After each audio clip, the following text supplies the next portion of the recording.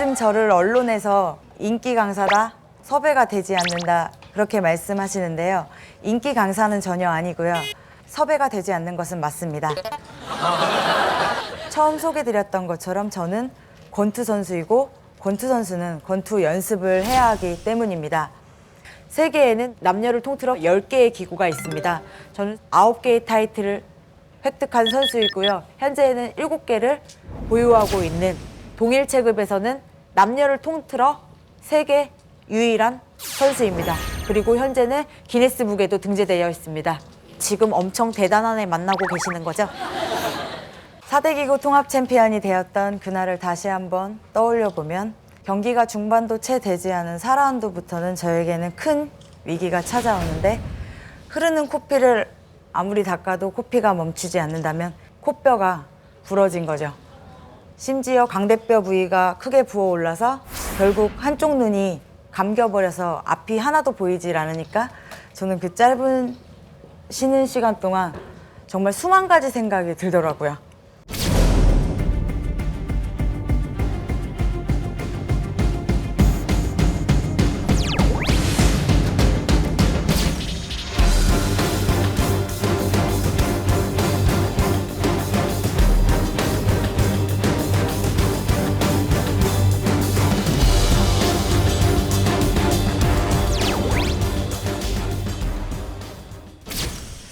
이러다 시력에 이상 생기는 거 아니야? 경기 그만한다고 할까? 그렇게 고민하는 새에 어느새 라운드는 더해갈수록 제 눈은 야구공 크기만큼 부어왔고요. 급기야 6라운드, 7라운드 두 번 링 닥터의 호출이 이어지는데요. 처음에는 김주희 선수 경기 그만하셔야겠어요. 코피가 멈추지를 않은데. 두 번째에는 이러다 눈 아주 큰일 난다고. 실명할 수도 있다고요. 사실은 제가 성질이 조금 못돼 먹었습니다. 네, 아주 조금 다혈질이에요. 제가 언제 경기 포기한다고 했어요? 하고 소리를 꽥 하고 지르니까 흐르던 코피가 링닥터 안경에 팍 하고 튀어버리잖아요. 네, 어이없어서 링닥터가 아무 말씀도 하지를 못하시더라고요. 사실 경기를 더 하느냐의 진행 여부는 저희 권투 선수들에게는 권한이 없습니다. 저는 부상이 너무 컸었기 때문에 그대로 경기가 끝날 수도 있었던 그런 상황이었죠. 저는 서둘러 중앙에 있는 심판에게 갑니다. 아무 이상 없답니다. 해도 된대요. 그렇게 당돌하게 시합을 계속 진행을 시켰죠. 그때 만약 제가 권투 경기를 포기했더라면 어쩌면 오늘 이 자리에 올 수도 여러분을 만날 수도 없었겠죠. 권투는 1라운드에 100대를 맞는다고 하더라도 그 다음 라운드부터는 채점이 다시 매겨지는데요. 공이 울리면 다시 시작입니다. 저는 4, 5, 6라운드 치고 나머지 라운드를 이겨서 판정승을 거두게 되었습니다. 얼굴로만 봐서는 제가 진 경기죠. 그렇지만 상대방 선수는 고국으로 돌아가 우리 쪽 협회에 의료비를 청구하는 진단서 메일을 보냈는데요. 턱뼈가 부러졌답니다. 그러니까 확실히 제가 이긴 거 맞죠, 여러분? 저는 사실 초등학교 3학년 때부터 중학교 1학년 때까지는 권투 이전에 육상을 했었어요. 육상 종목 중에서도 배고픈 마라톤을 했죠. 게다가 헝그리 하면 떠오르는 권투까지요. 사람들은 김주희 선수는 힘들고 배고프고 어려운 운동만 쏙쏙 골라서 한다고 이렇게 말씀들을 하시는데 어쩌면 저한테는 선택의 여지가 없었다는 표현이 조금 더 걸맞을 것 같아요. 제가 초등학교 6학년 무렵 IMF가 생겨났어요. 아버지는 다니던 회사에서 실직을 하셨고요. 그러다 보니까 아빠가 생활비를 가져오지 못하시는 것 때문에 매일매일 엄마랑 다투시더라고요. 그날은 새벽녘이 다 될 때까지도 싸움을 멈추지를 않으셨던 것 같아요. 아침부터 제과점을 데려갔어요. 거기서 가장 커다란 초코 케이크 사주시면서 엄마 빨리 올게. 이사 가면 절대로 안 돼. 학교에 가려고 일어나 보니까 엄마가 집을 나가셨더라고요. 그날이 제 생일날이라서 기억이 나는데 지금은 10년도 넘은 일이라서 엄마 얼굴이 잘 기억이 나진 않아요. 나이가 너무 어려서 엄마가 굉장히 보고 싶었습니다. 길을 다니다가 낯선 곳에서 엄마랑 닮은 사람만 있으면 무작정 따라가는 거예요. 무작정 따라가다가 길을 잃어버린 적이 수도 없었습니다. 아버지는 충격을 받으시고 뇌출혈로 쓰러져 버리셨고요. 가정 형편이 너무 힘이 들었어요. 학교 끝나고 집에 오면 대문 앞에 가면은 우체통에 수북하게 쌓여있는 독촉장 고지서가 빨간 글씨로 다 되어 있는데 아빠한테 가지고 가면은 입에도 담지 못할 욕을 하면서 그 고지서를 다 찢어서 쓰레기통에 집어던지시더라고요. 어린 제가 봐도 어쩜 저러지? 나는 커서 진짜 아빠 같은 사람이 되지 말아야지. 아빠가 제일 밉고 싫었는데 지금의 우리 아빠는 수족을 제대로 쓰실 수가 없으셔서 휴지 한 칸도 제대로 뜯지 못하는 그런 힘이 없는 분이라서 그때 왜 이렇게 아빠를 미워했을까? 그런데 정작 제가 가장 힘이 들었던 것은 바로 배고픔이었는데요. 저희 집은 쌀이 있는 날보다 없는 날이 훨씬 많아졌어요. 그러다 보니까 주식이 되는 것은 라면이었고요. 일주일, 길게는 보름까지도 라면을 먹는 게 지겨워서 지금도 제가 가장 싫어하는 음식은 바로 라면입니다. 사람들은 라면 끓이면 국물 냄새 죽인다. 남은 국물에 밥 한 공기 때려 넣어 막 배를 두들기면서 난리가 나잖아요. 저는 막 입을 틀어막고 막 화장실로 갈 정도로 라면을 굉장히 싫어합니다. 2004년 말 세계 최연소 챔피언이 됩니다. 전화가 한 통 왔어요. 김주희 선수 누구세요? 저 라면 좋아하세요? 라면이요? 저는 세상에서 라면이 제일 싫어요. 모 기업의 라면 CF 모델 제의를 너무나 깨끗하고 쿨하고 한 방에 KO 날려보냈던 겁니다. 인생을 살다 보면 이미 지나간 시간을 되돌릴 수는 없습니다. 지금이라도 늦지 않았다면 중학교에 들어가서 달리기 훈련량이 굉장히 많아져서 막 배고파 죽겠는 거예요. 막 집으로 왔죠. 라면 끓여 먹어야지 하고 찬장을 열었는데 라면이 다 똑 떨어져 버려가지고 크게 실망을 해서 밖으로 나와보니까 동네 또래 친구들이 다 구멍가게에 들어가고 있더라고요. 침을 질질 흘려가면서 따라 들어갔는데 친구들이 막 이것저것 막 군것질거리를 사느라고 뭐 구멍가게 아니 막 금방 웅성웅성 되더라고요. 안 그래도 못 먹고 자라서 키 작은 제가 주인 아저씨는 안 보이나 봐요.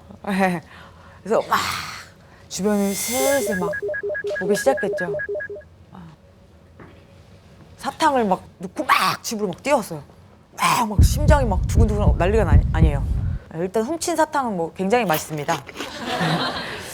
다음 날부터 이제 도둑질이 시작했는데 이건 나쁜 짓이라는 거를 순간적으로는 알았지만 안 하려고 하니까 손이 떨리는 거예요.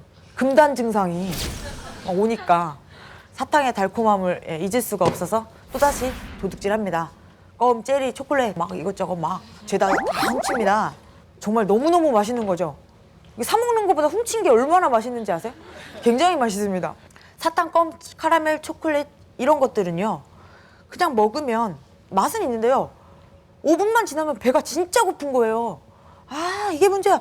이거 말고 배부르라고 뭐 훔치면 좋을까? 빵이라도 먹으면 좀 배가 좀 부를만 하겠네. 그 다음 날부터 저는 제 주종목을 빵으로 바꿉니다.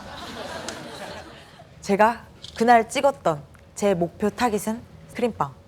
0.1초에 우사인 볼트 저리 가랍니다. 막 뛰어서 막 빵을 낚아채는데 그날은 집으로 가지고 갈 수 없을 정도로 배가 고프더라고요. 가게 앞에 있는 담벼락에 이제 등을 져서 빵 봉지를 쫙 찍고 한 입 베어 물었는데요. 네? 빵이 없어요, 손에. 내가 꿈을 꾸나? 이거 이상하네? 막 눈을 비벼보니까 빵 부스러기 조각이 있는 걸로 봐서는 꿈이 아닌데요. 내 얼굴보다 큰 빵을 목구멍에서 맥소리가 날 정도로 한 입에 먹어도 배고픈 건 똑같더라고요. 그냥 한 번도 나쁜 거라고 생각을 못했어요. 나는 배고프니까 괜찮지. 도둑질을 해도 괜찮지. 누가 보는 것도 아닌데, 걸린 것도 아닌데. 처음에는 작은 거 훔치다가 이제는 매일매일 배고프다는 거를 합리화해서 빵을 훔치고 있는 모습을 봤고, 주인 아저씨한테만 안 걸리면 되는 줄 알았는데 하늘에서는 다 보고 있었는지 나쁜 벌 주신다고 하루마다 아빠가 더 아프신 걸 보니까 그게 다 내 탓이더라고요. 그래서 저는 2번 다시 남의 물건에 손을 대지 않았습니다. 저는 2004년 말에 세계 최연소 챔피언에 등극한 후에 화이트 머니로 300만 원이라는 큰 돈을 받는데요. 그때는 아빠랑 언니랑 세 식구가 200만 원짜리 월세 단칸방에 살고 있어서 300만 원이면 엄청 큰 돈이었죠. 화이트 머니를 받자마자 은행으로 가서 신권으로 바꿔서 30만 원을 주인 아저씨에게 돌려드린 일이 제가 세계 챔피언이 된 후 가장 첫 번째로 한 일입니다.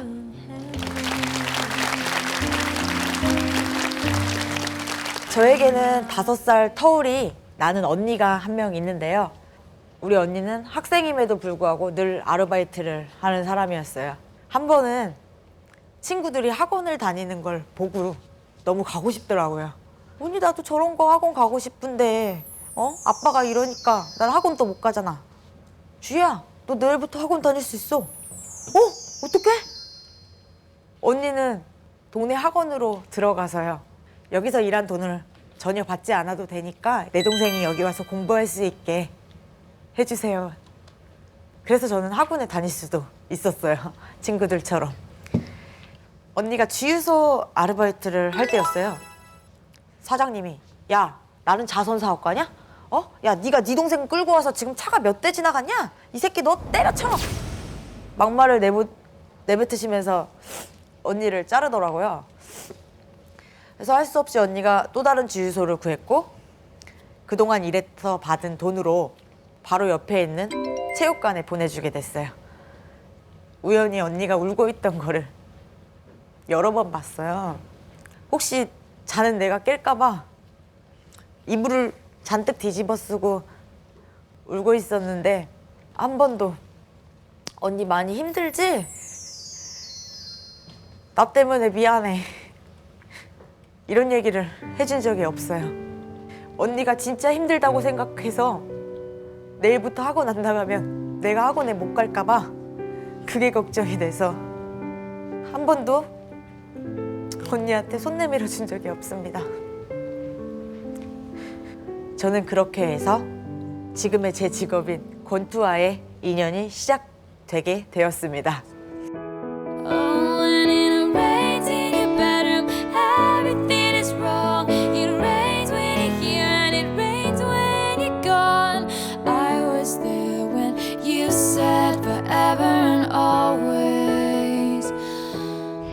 제가 권투를 시작했던 1999년도 말에는요.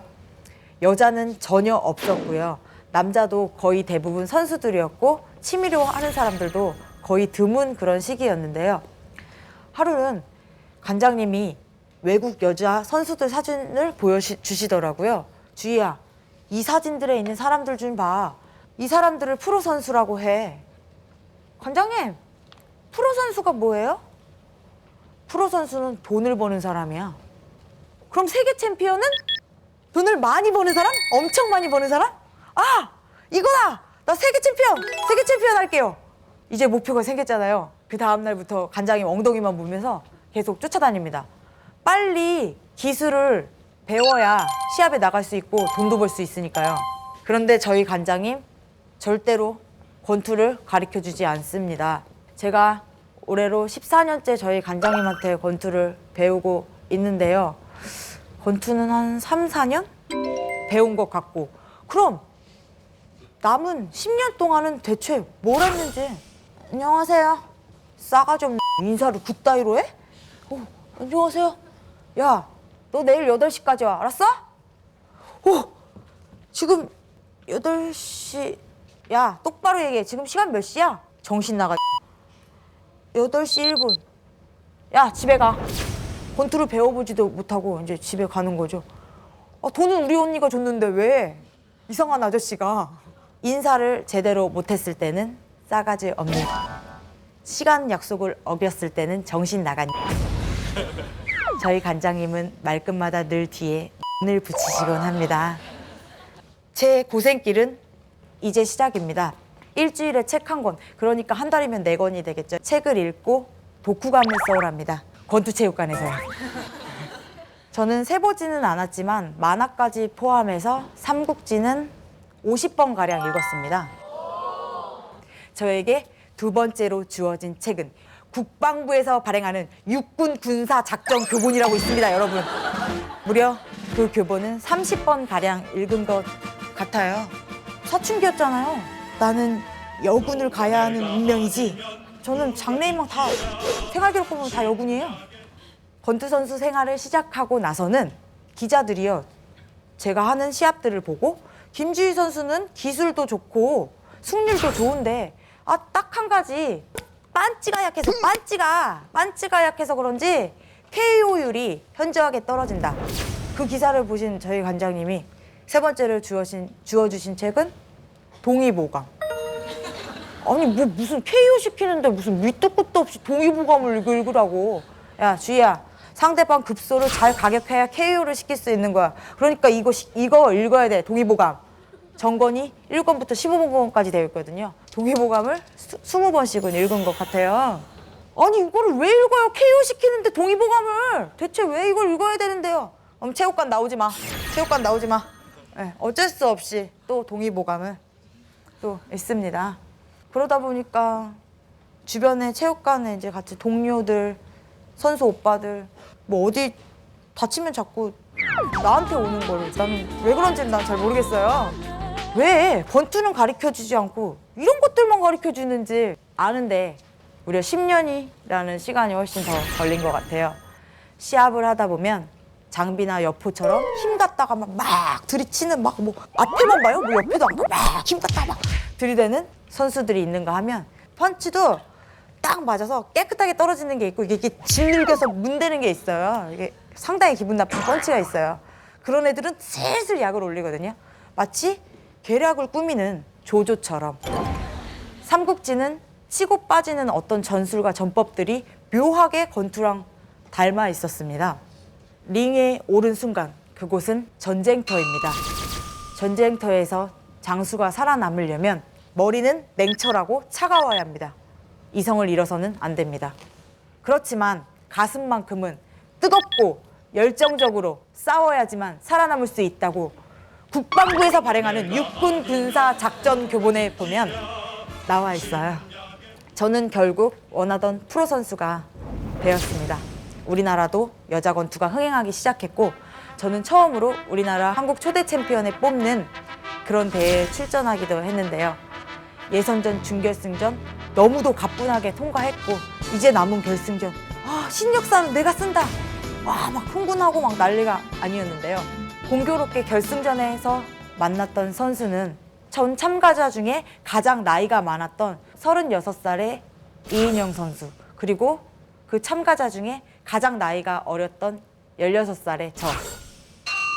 결승전에서 4라운드 KO 패. 저는 그 한 시합 하나로 늘 이인영 선수 후광에 가려져서 서글픈 2인자로 선수 생활을 합니다. 선수 생활을 하면서 어느 날은 이건 내 길이 아닌가 보다. 생각해보니까 빈혈에 평발에 심심하면 부러지는 그런 닭뼈에 나는 어느 하나도 권투랑 맞지 않는 사람이니까 못하겠다. 이런 생각을 했는데 권투는 취미로라도 해보시면 알겠지만 굉장히 마약 같은 운동이에요. 자기의 한계를 맛볼 수 있는 그런 운동이기 때문에.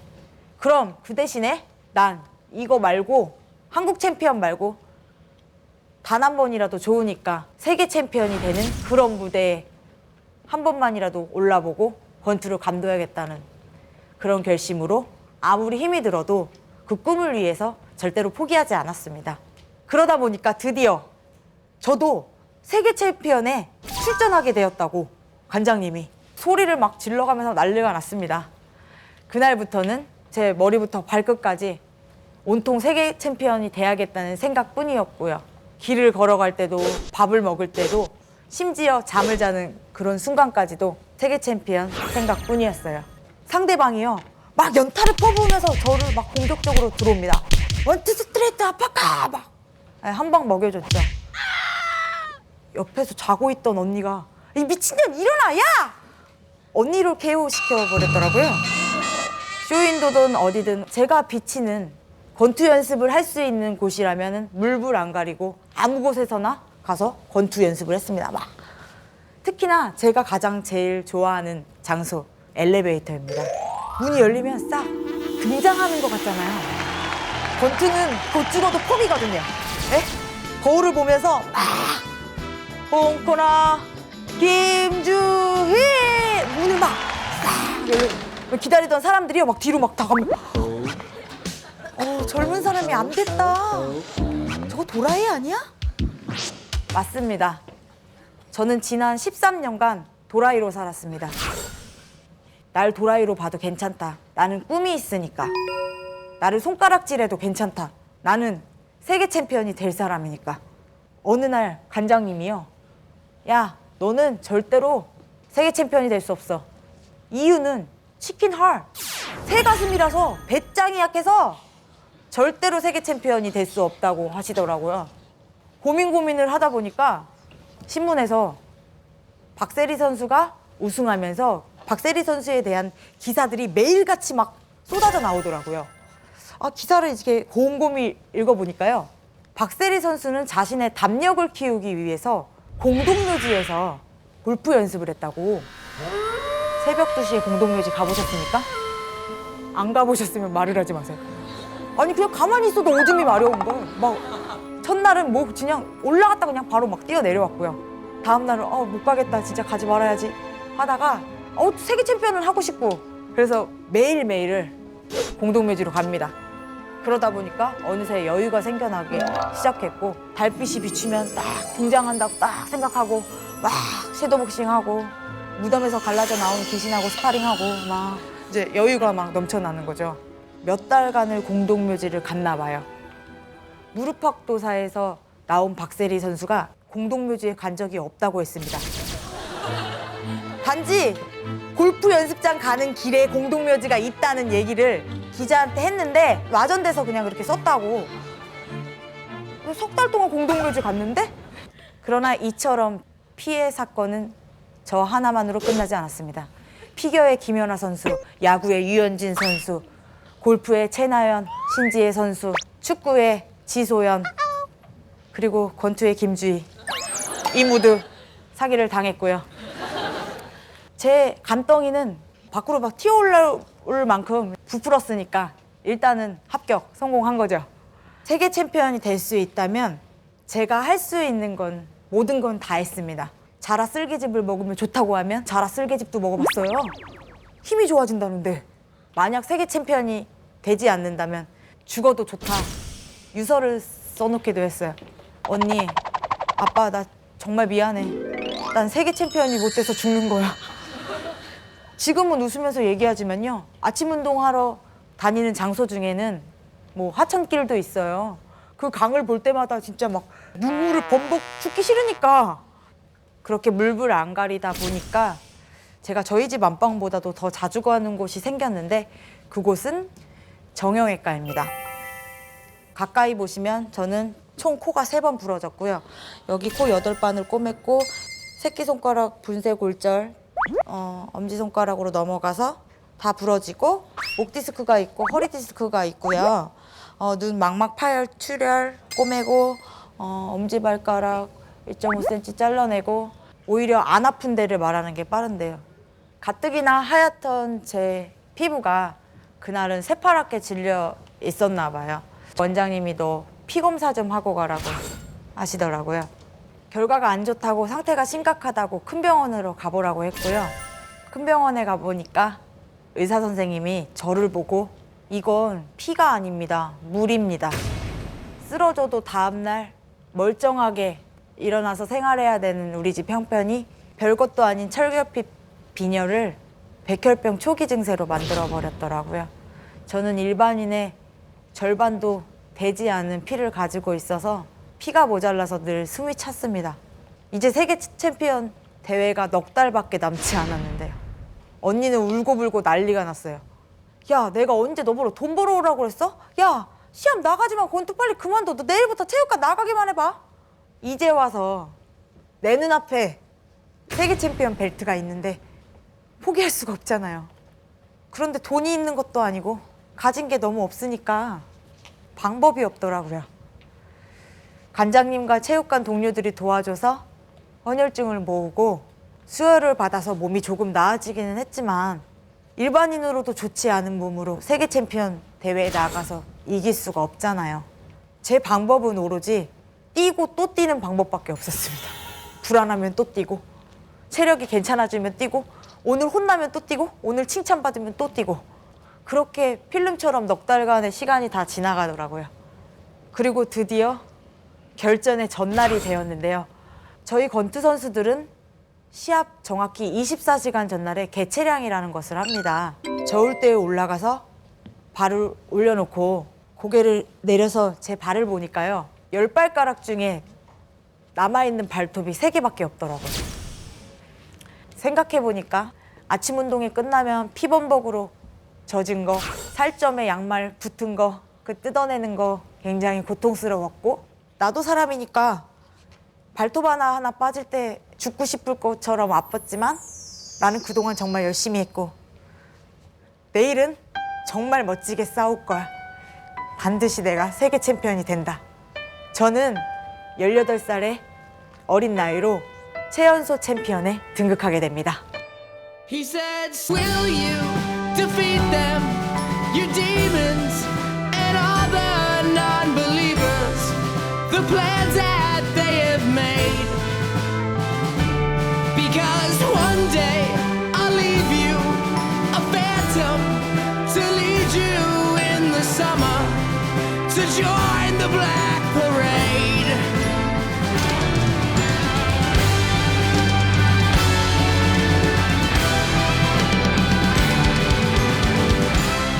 18살의 어린 나이에 세계 챔피언이 됐었기 때문에 방어전을 앞둘수록 시합이 정해지면 잠을 잘 수가 없었어요. 하루하루가 지옥에서 사는 분위기였고 벨트를 뺏길까 봐 불안해서 잠을 잘 수가 없을 정도였어요. 화장을 하지 않는 제가 외출하려면 1시간이 넘는 시간이 걸려요. 벨트를 숨겨야 되니까 이불에 말아가지고 막 찬장에 넣었다가 아 장롱은 제일 먼저 뒤지지 막 이러면서 막 또 냉장고에 넣었다가 막 정신없이 막 근데 이렇게 어렵게 따낸 벨트를 뺏긴다는 것 때문에 잠을 잘 수가 없는 그런 상황이 오죠. 세계 챔피언의 자리는 세계 챔피언이 될 이전보다 몇 배 아님 죽을 각오로 덤벼서는 지킬 수가 없는 아주 그런 큰 자리였습니다. 쉬라고 해도 뛰었습니다. 자다가도 불안하면 새벽 2시가 되든 4시가 되든 밖으로 달려나가서 뛰었습니다. 안 그러면 벨트를 뺏기니까. 어떻게 보면 방어전을 치르는 동안은 내 몸이 어떤지 상태가 어떤지 점검할 시간조차 여유조차가 없었고요. 방어전을 치르면서 저는 무리한 연습 탓으로 발가락 뼈가 다 썩어 들어가고 있어서 뼈를 잘라내야 된다고, 조금만 지체하면 발가락을 잘라야 된다고 그런 진단을 받고 나서 할 수 없이 방어전을 포기하고 수술을 받게 돼요. 이게 정말 꿈이었으면 좋겠다는 생각처럼 통증이 어마어마했습니다. 수술을 하더라도 이제 다시는 링에 오를 수 있을지 장담 못한다고 의사가 저한테 얘기를 했고, 챔피언으로서 의무 방어전을 지키지 않아서 제 손으로 그 어렵게 따냈던 챔피언 벨트를 반납했습니다. 그 챔피언을 반납하는 날은 내 꿈, 희망 다 같이 치료를 받는다고 입원하는 거였는데 사는 게 아니더라고요.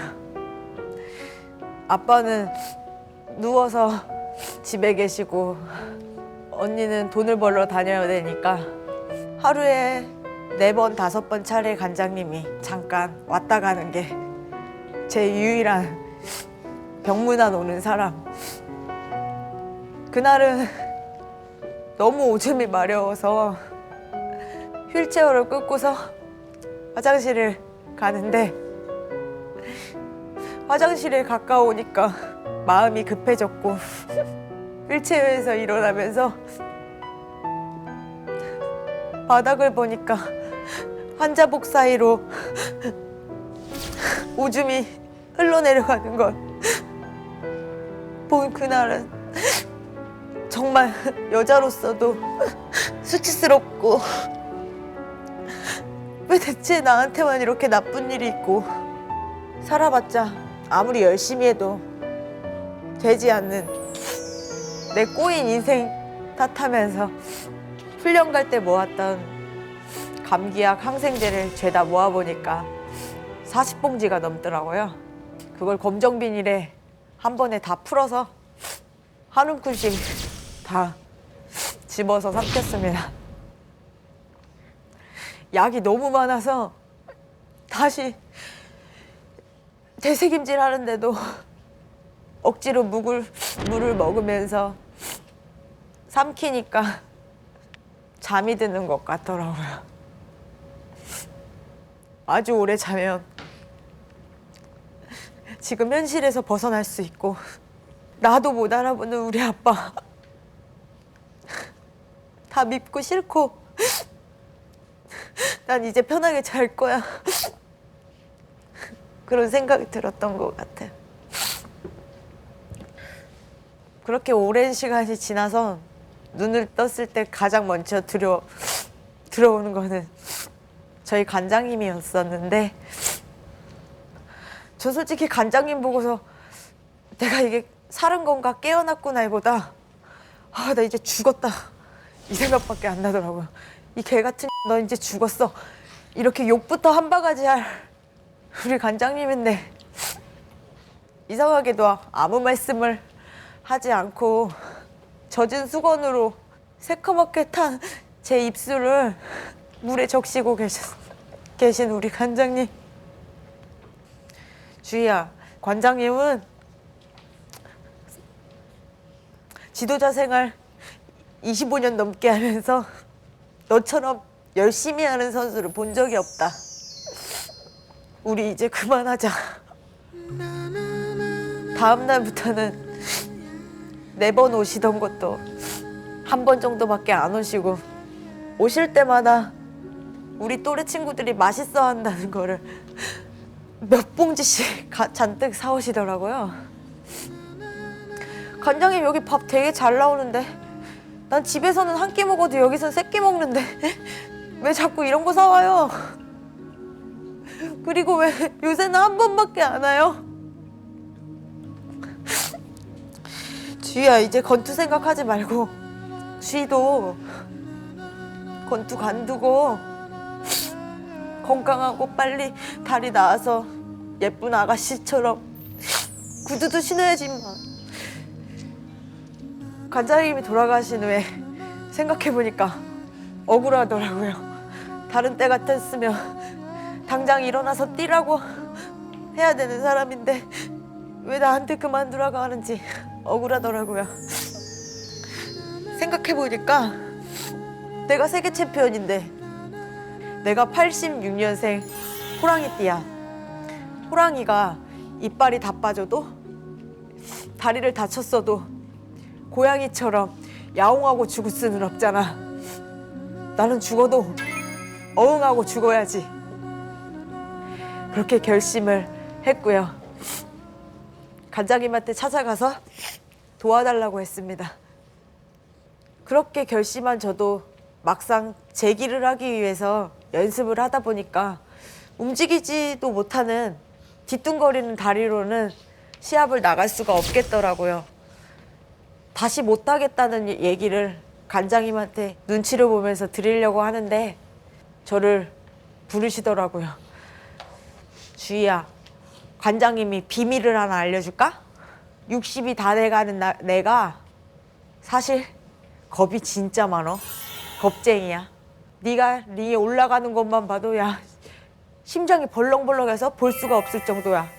근데 내가 긴장하고 떠는 모습을 보여주면 네가 더 긴장하잖니. 관장님은 늘 떨릴 때마다 주희 너를 믿고 시합장을 갔는데 주희는 왜 관장님한테 마음을 열지 못하고 의논조차 하지를 않냐고. 네가 관장님을 믿어주면 예쁜 모습으로 시집갈 때까지 책임져 줄게. 저는 2번 다시 관장님 앞에서 아무리 힘들어도 포기하겠다는 말을 내뱉지 않았습니다. 여기에 오신 여러분들에게 저에게는 가장 특별한 분을 소개하려고 합니다. 그 선배는 예전에는 세계 챔피언이었지만 은퇴 후에 삼류복서가 돼서 돌아오신 선수였는데 그 선수의 이름은 고 최우삼 선배입니다. 우리는 남자와 여자인데도 스파링 궁합이 너무 잘 맞아서 서로 재기전을 앞두고 몇 달간 스파링 연습을 했어요. 남자니까 봐줄 것 같죠? 절대 안 봐줍니다. 코피가 범벅이 돼도 더 때립니다. 저보다 재기전을 먼저 앞둔 선배의 시합이 있는 날은 연습을 하느라고 TV로밖에 못 봤고요. 예전에 세계 챔피언이 어딜 가나? 역시 대단하더라고요. 드디어 마지막 라운드가 되었을 때 선배는 상대방의 강한 주먹을 맞고 링 바닥에 주저앉아 버리셨습니다. 병원으로 가는 길에 핸드폰을 보니까 그때는 설마 그 전화가 마지막 전화가 되리라고 생각을 못했습니다. 야, 그동안 스파링 하느라 고생 많았다.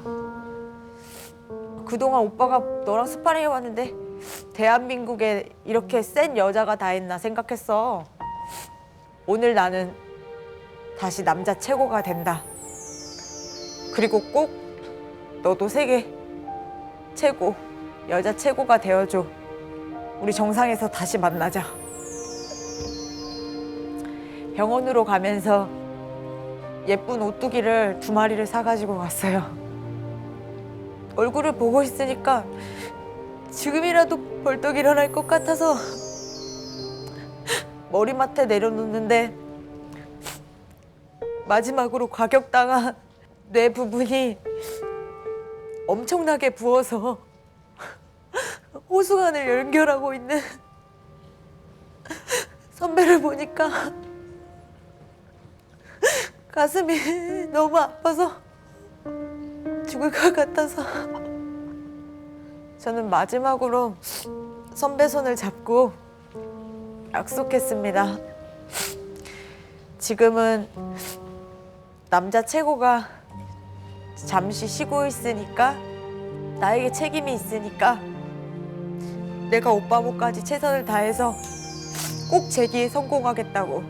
그리고 누구보다도 최고가 돼서 정상에 갈 테니까 나를 꼭 기다려달라고. 선배는 하늘나라로 가시면서도 6명에게 새 생명을 주고 세상에서 가장 아름다운 복서로 남아주셨습니다. 저는 수술 이전보다는 훨씬 나아졌다는, 더 좋아졌다는 호평을 받으면서 총 9개의 타이틀을 획득했습니다. 기대고 싶을 때 내 곁에 있고 싶을 때 내가 옆에 있어주지 못해 그대 힘들었나요? 기대고 싶을 때 내 곁에 있고 싶을 때 내가 옆에 있어주지 못해 그대 미안해요 사랑해요. 2008년 1월 3일 조금만 더 버텨주길 오늘만 지나면 괜찮아지길 바랬던 내 소중한 한 사람이 하늘로 떠났을 때 흐르는 눈물은 마치 변명 같았지. 돈 번다 성공한다 그저 나 살기에만 바빠. 힘들 때 나를 찾던 그의 손 한 번 붙잡아주지 못했던 나였기에 여러분들은 혹시 헝그리 정신에 대해서 어떻게 생각하세요? 배고픈 거라고 생각하시나요? 제 생각은 조금 다른데요. 건투 선수의 헝그리 정신은 필사적으로 위기에서 기회를 찾는 것입니다. 저는 우리 집이 어려웠을 때 건투를 만났고 건투가 내가 가장 잘할 수 있는 것이라고 판단됐을 때 제 모든 능력을 투자했더니 오늘의 많은 사람들 앞에서 제 얘기를 할 수 있는 이런 날도 오더라고요. 많은 타이틀을 석권하는 것이 대단한 것이 아닙니다. 건투 선수의 위대함은 쓰러져 넘어졌을 때 두 발로 딛고 다시 일어서는 것이 바로 건투 선수의 위대함입니다. 여러분들과 우리는 다 각자의 링에서 살고 있습니다. 인생을 살다 보면 어느 때는 멍이 들 때도 있습니다. 때로는 피가 날 때도 있고요. 그렇다고 해서 두 눈을 질끈 감는다고 해서 위기를 모면할 수는 없습니다. 두 눈 똑바로 뜨고 싸워야, 최선을 다해야 여러분들도 저도 우리들의 인생에서 진정한 챔피언이 되실 수 있습니다. 다 일어나세요. 네. 이 건물이 무너질 정도로 화이팅하고 끝내도록 하겠습니다. 청춘, 도전, 열정, 화이팅! 화이팅! 감사합니다.